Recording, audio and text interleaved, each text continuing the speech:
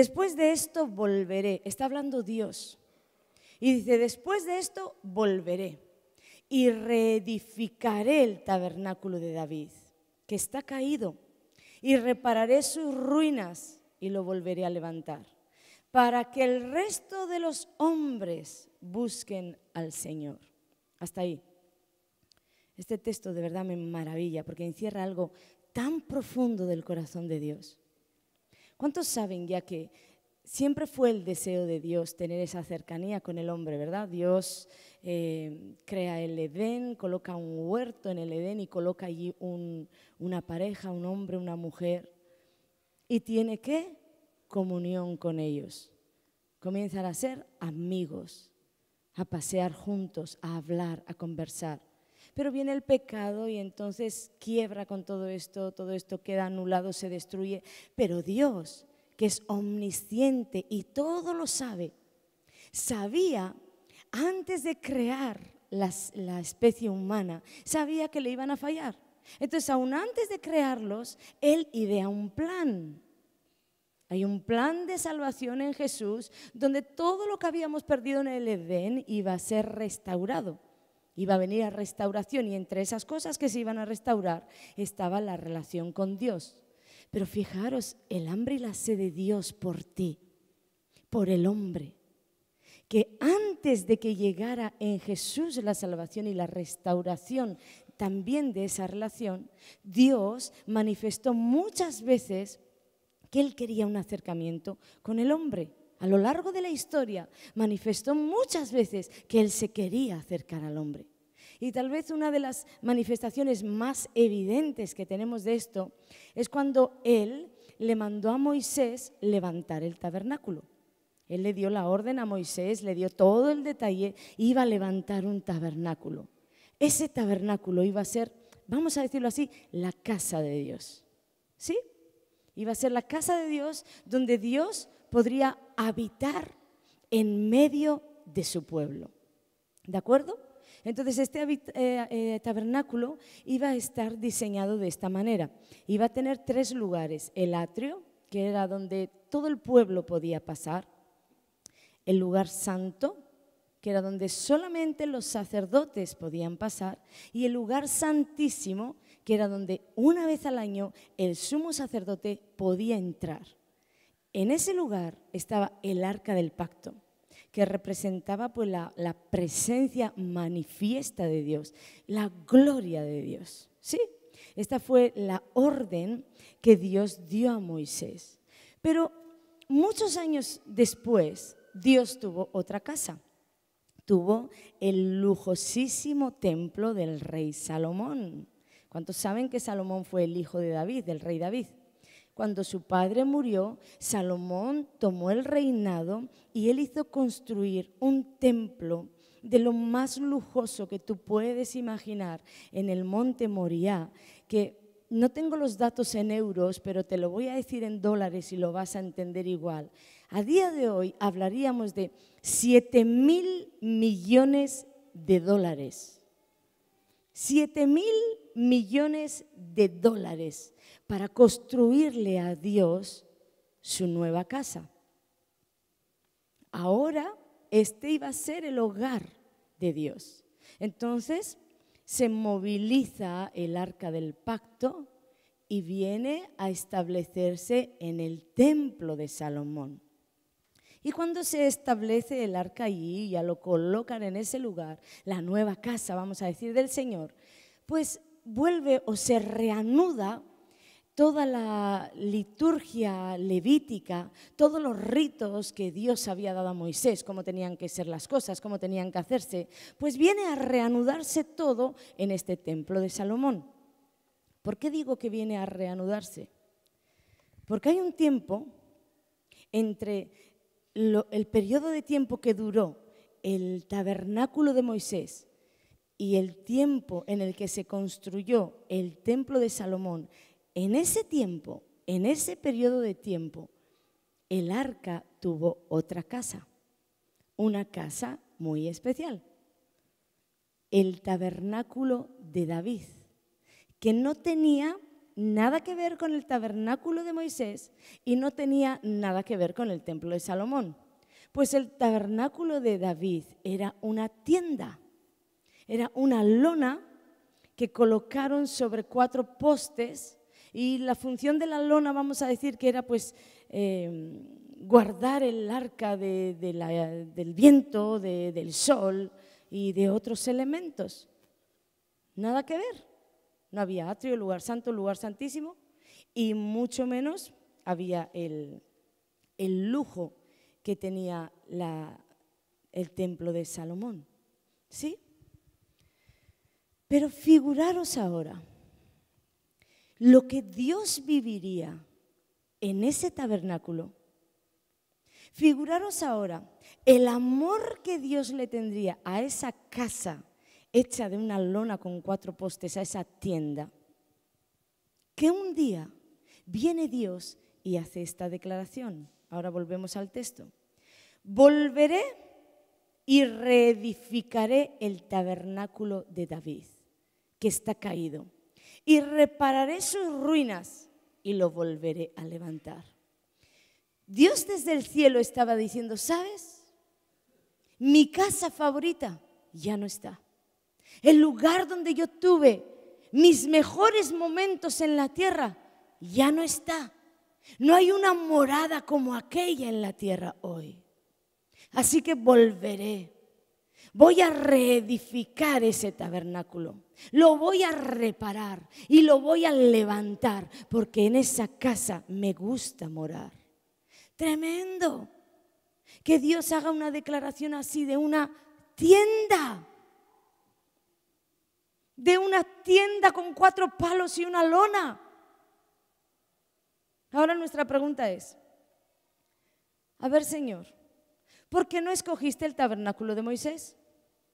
El tabernáculo de Moisés era el diseño original de Dios. No fue Moisés que ideó un tabernáculo y dijo, a ver si al Señor le gusta morar aquí. Fue Dios que le dijo, yo quiero morar entre los hombres y quiero que tú me construyas un tabernáculo así, así, así. Entonces ese tabernáculo salía del corazón de Dios, era el diseño original. Pero Dios no lo escogió. Y tampoco escogió el templo de Salomón. Con toda la riqueza que Dios le dio a Salomón, con toda la gloria en riquezas que Dios le dio a Salomón, y le construyó aquel templo de 7.000 millones de dólares. Y Dios dice, pues tampoco, me quedo con la tienda. ¿Sabes? Esto nos da una gran lección. Las cosas que le impresionan a Dios y las cosas que le impresionan a los hombres son 2 cosas totalmente diferentes. Son completamente distintas. Tú y yo seguro nos hubiéramos quedado con la gloria de la riqueza de Salomón. Todo hecho. El dinero ya lo había suplido todo en aquel lugar. Y si había algún detalle más, había el dinero para suplirlo. Pero a Dios le cautivó otra cosa. A Dios no le cautivaron. No le cautivó su propio diseño. Y no le cautivaron las riquezas. A Dios le cautivó algo que tú y yo necesitamos saber hoy.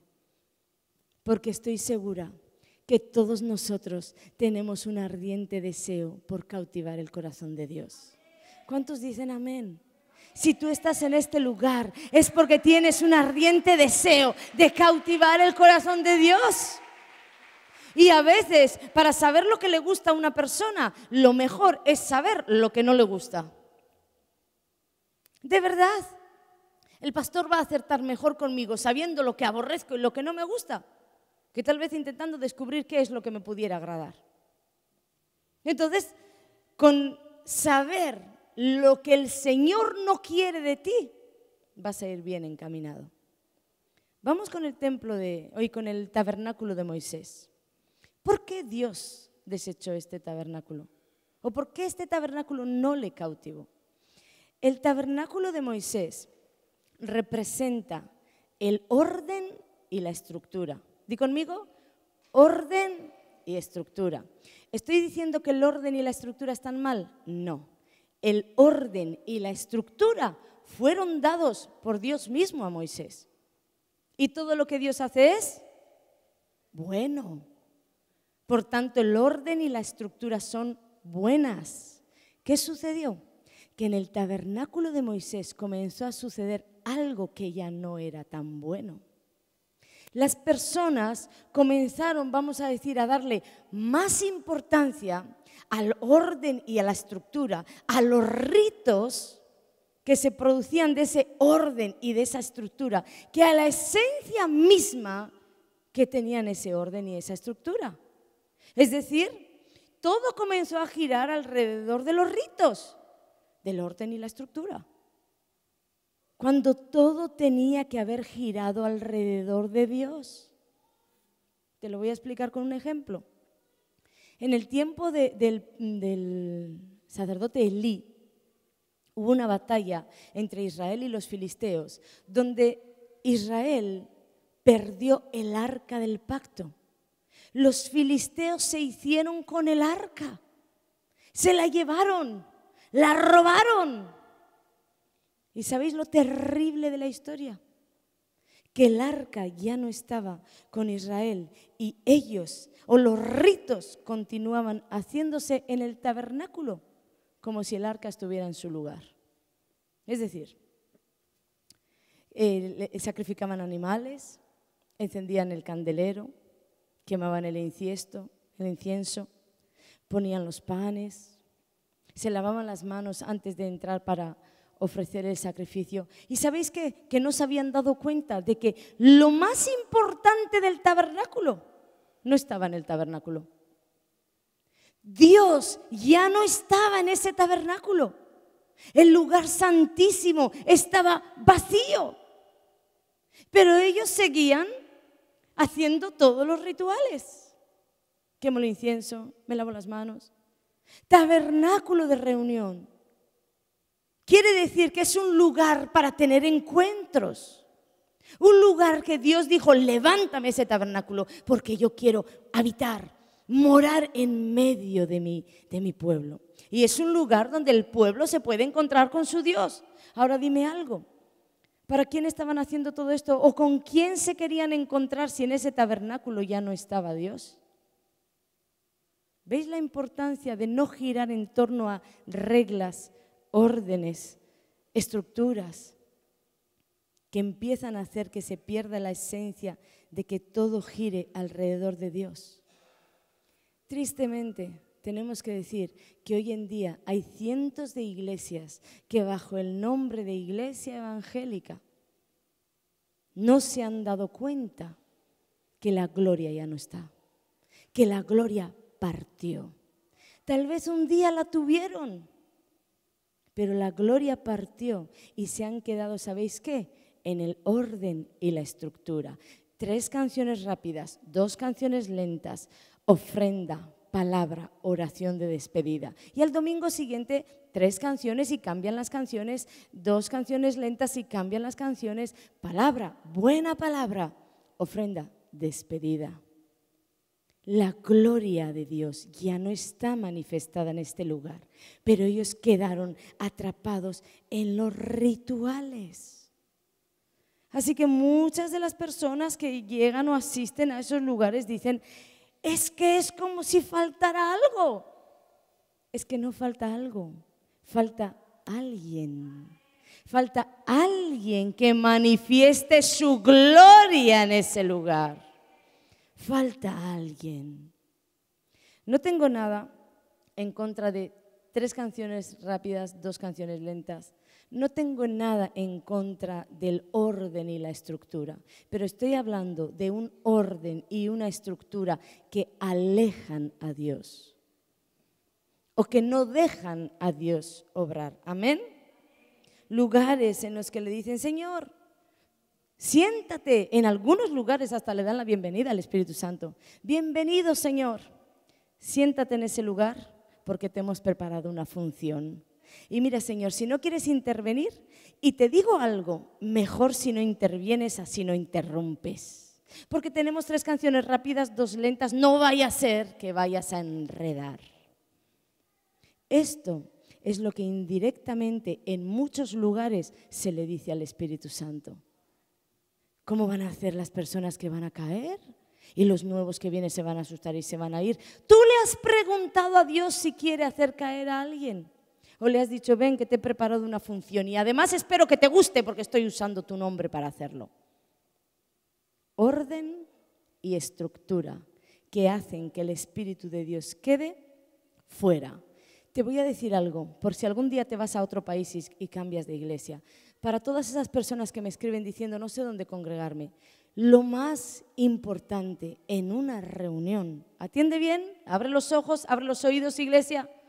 Lo más importante en una reunión no son las canciones, por bonitas que sean las voces, no son las oraciones, por lo bien que te estén sonando, no es la palabra, por buena que sea, ni el predicador, por lo bien que sepa expresarse. ¿Sabes qué es lo más importante de una reunión? La presencia de Dios manifestada en esa reunión. Eso es lo único que importa. Luego si salen gallos del altar, Él hace que se oigan ángeles celestiales, amén. Eso es lo que importa. Nada somos sin Dios, separados de Dios, nada podemos hacer. Dime algo, ¿de qué sirve? ¿De qué sirve que la gente bajemos del altar y la gente nos diga qué glorioso el culto, cómo cantó Yasmina, qué palabra tan maravillosa, te entendí, pastora, todo lo que dijiste? ¿De qué nos sirve esto si la presencia de Dios no está en el lugar?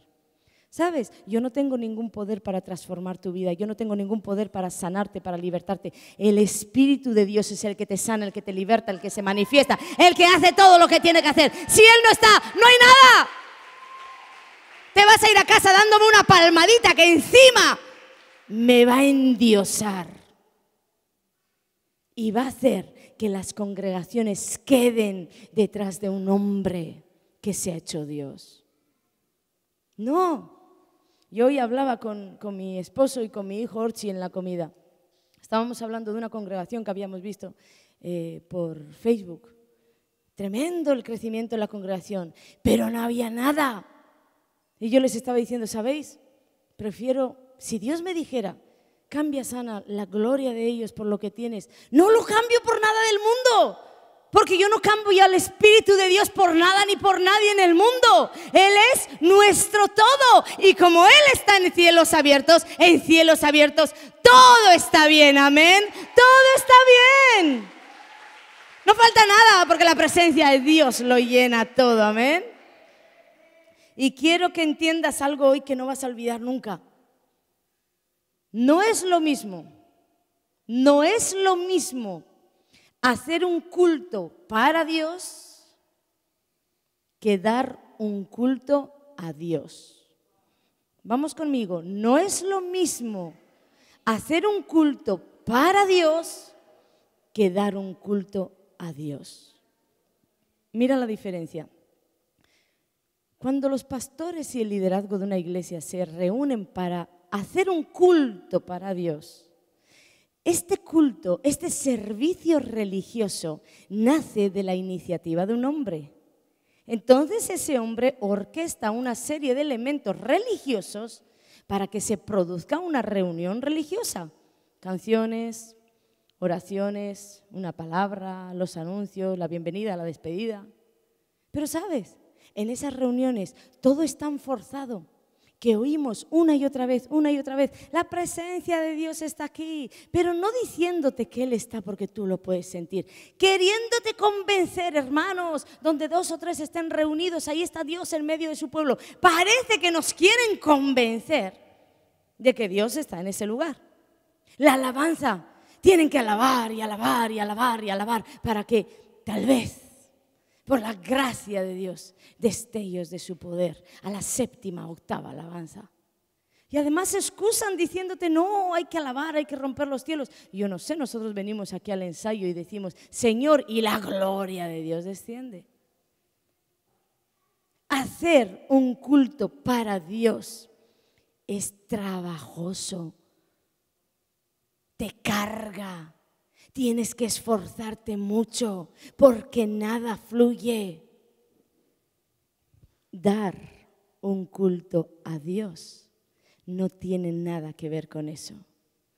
Porque Dios hace acto de presencia en el lugar, se hace con la reunión, llena la atmósfera del lugar y todo comienza a fluir, porque en lugar de ser un espectador, en ese lugar se le ha dado la bienvenida y es el sanador, el libertador, el salvador, el restaurador. Él lo llena todo en todos. Eso es dar un culto a Dios. Muy diferente. Dios no es un espectador, es el pastor de ese lugar. ¿Entendiste entonces por qué Dios no está buscando el tabernáculo de Moisés? Tampoco está buscando la gloria y la grandeza que tenía el templo de Salomón. ¿Sabes? El templo de Salomón, todo lo que tenía de gloria en riquezas, lo tenía de corrupción interna en sus sacerdotes y de malas obras en el pueblo. Sacerdotes corruptos, pecado consentido en el pueblo, malas obras. ¿Para qué? ¿Para qué una iglesia que en lugar de glorificar al Hijo de Dios lo que está haciendo es servicio tras servicio contristar al Espíritu Santo con la corrupción de sus pastores, la corrupción interna de su liderazgo y el pecado consentido en el pueblo? ¿Para qué? Yo recuerdo cuando fui a Dallas, cuando hablo de este tema siempre pongo este ejemplo porque esto marcó mi vida. Cuando nosotros fuimos a Dallas, nosotros visitamos muchísimas iglesias, pero recuerdo una en especial. Si en alguna iglesia yo he visto belleza, es en esa. Tenía jardines como para ir en esos cochecitos que hay en el golf, porque había kilómetros de jardines. Además la iglesia estaba ubicada en medio de la naturaleza, era algo tan espectacular. El templo tenía cada detalle en su sitio, todo era tan perfecto. Aún la manera excelente con la que nos recibieron.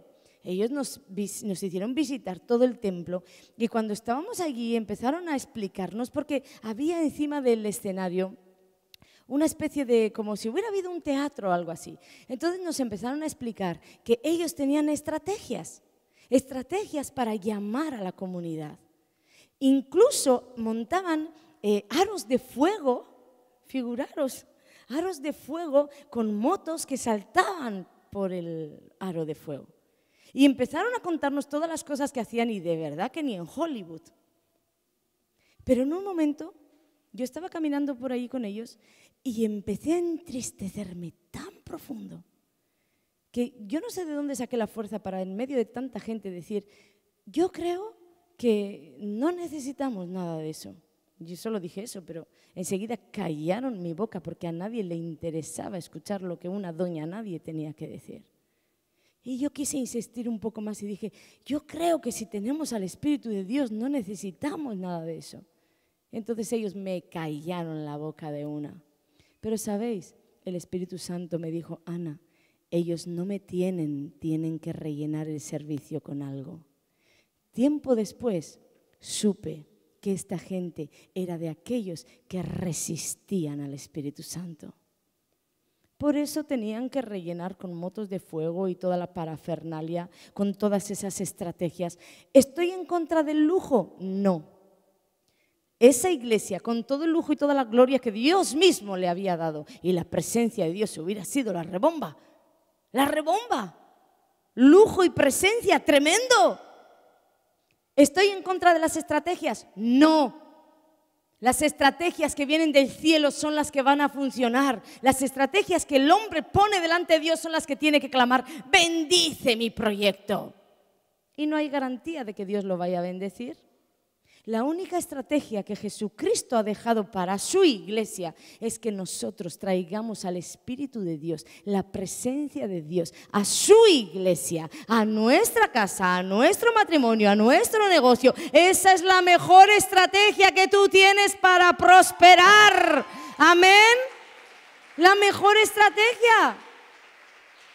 Que quede claro. No estoy en contra de lujos, no estoy en contra de shows, no estoy en contra de estrategias, siempre y cuando el cielo haya traído la estrategia a la tierra. Porque shows, lujos, estrategias, sin el Espíritu de Dios, no tienen el poder de transformar un corazón. No tienen el poder de sanar un enfermo. No tienen el poder de decirle a un espíritu inmundo, sal fuera de ese hijo de Dios. No tienen el poder. Amén.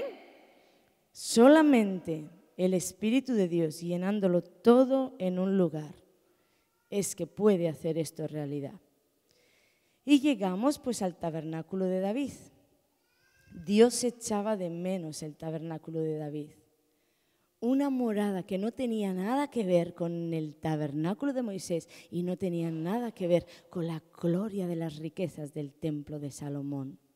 Pero era un lugar que tenía algo especial que capturó, enamoró, conquistó el corazón de su Dios. ¿Sabéis qué tenía aquel tabernáculo? En realidad no era el lugar. No era el tabernáculo en sí, era quien había en ese lugar. La pasión de un hombre, el corazón buscador de un hombre en medio de esa tienda, de esa lona con 4 postes, hizo que Dios derramara su corazón. Capturó el corazón de Dios, un hombre llamado David, con una búsqueda genuina, con un corazón para Dios. Tanto es así que cuando David fue nombrado rey de Israel, fue llevado al palacio y toda la gloria de aquel palacio era para él. Él ahora era el rey. ¿Sabéis el desespero del corazón de David? Porque uno dice, yo ya llegué al palacio, ya me ubicaron aquí, ahora soy el rey de Israel, voy a darme a los deleites. Que vaya la que me hizo pasar Saúl y vaya la vida que he pasado. La búsqueda incesante de David era que toda la gloria de aquel palacio, todas las luces de aquel palacio no iban a detener su búsqueda. Lo primero que hizo en la posición de rey fue salir corriendo a buscar el arca del pacto para traerla de vuelta a Jerusalén. Alguien que tenía búsqueda genuina, que dijo, no me voy a quedar con los placeres del palacio, yo quiero al verdadero rey de este palacio. Muchas personas llegan a la posición de pastores, llegan a la posición de liderazgos y lo pierden todo, porque se quedaron deslumbrados por las 4 luces de la posición. Se quedaron deslumbrados por el brillo corrupto de una posición. David no fue así. David tenía una búsqueda incesante de la presencia de Dios. ¿Cuántas veces hemos dicho, prefiero al rey que el palacio del rey? ¿Quién lo ha dicho alguna vez? ¿Cuántas veces lo hemos dicho? Yo prefiero al rey que al palacio del rey. ¿Te digo algo? Pues Dios está de acuerdo contigo y piensa igual que tú, pero de una manera diferente porque Él es el rey. Pero Dios dice, yo prefiero la pasión de un hombre en una tienda que el palacio del rey. Dios prefiere tu pasión en el secreto que la gloria de su palacio celestial. Dios prefiere acercarse a un hombre en una morada corrupta aquí en la tierra, acercarse a Él y habitar con Él, que toda la gloria de su majestad en los cielos. Dios te prefiere a ti que todo lo que hay allí. ¿No es tremendo esto? Por eso Él dice, te anheló celosamente. Y para terminar quiero leerte de nuevo el texto. Ese versículo 17 tiene también un secreto, pero vamos a leer desde el 16. Después de esto volveré y reedificaré el tabernáculo de David que está caído y repararé sus ruinas y lo volveré a levantar para que el resto de los hombres busque al Señor. además de ser la casa favorita de Dios, aquella tienda con 4 palos y una lona. Además de esto tenía un objetivo. Que Dios quisiera restaurar ese tabernáculo tenía un objetivo claro. El corazón de un hombre buscador, la pasión de un hombre en la tierra, la búsqueda genuina de un hombre o una mujer en la tierra hacia Dios, tiene el poder de hacer que otros hombres busquen al Señor. Tú y yo tenemos el poder de hacer que otros hombres busquen al Señor, porque nuestro fuego interior va a prender el fuego en el exterior. Por eso es que el tabernáculo de David, restaurado, representa el diseño original de Dios para su iglesia. La iglesia de Jesucristo en esta tierra tiene que provocar hambre y sed. Tiene que provocar un hambre y una sed para que cuando vienen los nuevos digan, no entiendo nada, pero algo hay aquí que me provoca a volver, que me provoca a acercarme a Dios. Tú nunca has hablado con una persona que dice, ay, no sé, tú me prendes el fuego, tengo unas ganas de ir al secreto a hablar con el Señor. ¿Nunca has hablado con alguien así? Yo he hablado con personas así, que estoy en la conversación y le digo, tú me prendes el fuego. Personas que tienen el tabernáculo de David en su vida. Por eso os decía que no necesita Dios luces ni lujo, que si lo hay perfecto, pero no necesita nada de esto. Lo único que necesita es un corazón como el de David, porque Dios quiere restaurar este tabernáculo de David nuevamente aquí en la tierra. Y para eso necesita alguien que quiera ser íntimo de Dios. Necesita alguien que diga, mira, Señor, yo te prefiero por encima de cualquier persona. Yo te prefiero por encima de cualquier cosa. Alguien obediente. Alguien del cual Dios pueda decir, ¿sabes? Yo sé que este va a hacer todo lo que yo le diga. Dios dijo de David que David haría todo lo que él le ordenara. Dios podía confiar en David. Lo único que necesita el Señor, voy a pedir a los músicos me ayuden, lo único que necesita el Señor es eso. Tu obediencia, tu pasión, tu búsqueda. Pero te voy a decir algo, muchas personas manifiestan o dicen tener esa búsqueda, esa pasión, ese amor por su presencia. Pero luego no es verdad, porque la obediencia se demuestra siguiendo las leyes de Dios. Entonces, si tú manifiestas tener una búsqueda de Dios, si tú manifiestas haberle entregado tu vida a Jesús, pero después no obedeces nada de lo que está escrito en la palabra, o obedeces las cosas que te interesan y no obedeces las que no te interesan, tú eres como el templo de Salomón. Puedes tener mucha gloria exterior, pero en verdad hay una corrupción interna en tu corazón. Tus obras no son correctas. Dios no va a querer morar en ti. Dios no va a querer habitar contigo. Va a preferir el hermanito que tal vez ni siquiera dice que él está buscando a Dios, pero lo busca con todo su corazón y ha hecho del secreto un lugar donde Dios puede venir a morar y puede disfrutar. Dios no extraña el templo de Salomón ni extraña el tabernáculo de Moisés. Extraña la pasión de su pueblo por él. Extraña los encuentros que tuvo con un hombre, los encuentros que tuvo con un hombre, un mortal, aquí en la tierra, en aquella tienda. Eso es lo que Dios extraña. Eso es lo que Dios anhela, pasión por su presencia. Una congregación que entienda, quiero al Rey por encima de lo que me pueda dar, por encima de su palacio, por encima de mi propia vida. Quiero al Rey y voy detrás del verdadero Rey. Alguien que le diga una cosa, he demandado a Jehová y esta buscaré.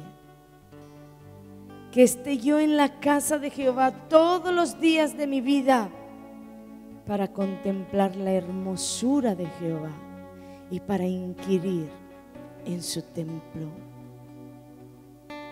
Alguien que por encima de todo le digas: ¿sabes, Señor? Te elijo a ti. Elijo amarte a ti. Elijo obedecerte a ti. Elijo vivir para ti.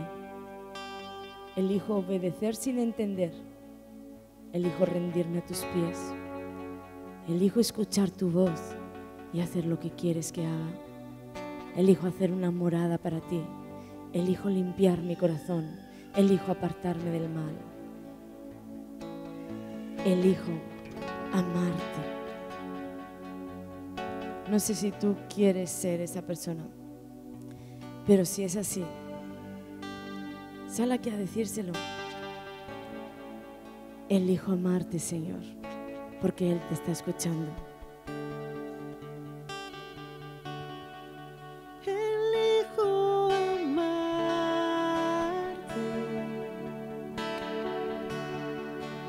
Elijo buscarte de corazón. Elijo aceptar todo tu perdón. Elijo llenarme de tu poder.